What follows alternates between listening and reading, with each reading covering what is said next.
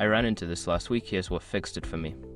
If you need to dispute a charge on your PNC card, follow these steps to make the process smoother. Step 1. Gather your information. Before you start the dispute process, collect all relevant information about the charge. This includes your account number, the date of the transaction, the amount, and any receipts or documentation you have. Step 2. Log into your PNC account. Access your PNC online banking account or mobile app.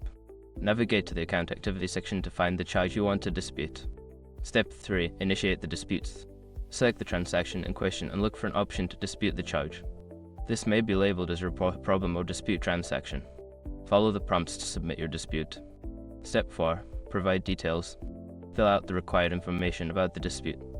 Be as detailed as possible, explaining why you believe the charge is incorrect. Attach any supporting documents if prompted. Step 5. Monitor your dispute status. After submitting, keep an eye on your email or PNC account for updates regarding your dispute. It may take some time for the investigation to conclude, so be patient. If you notice a delay in updates, try checking the messages section in your online banking for any communication from PNC. Good luck with your dispute, and remember to stay organized throughout the process.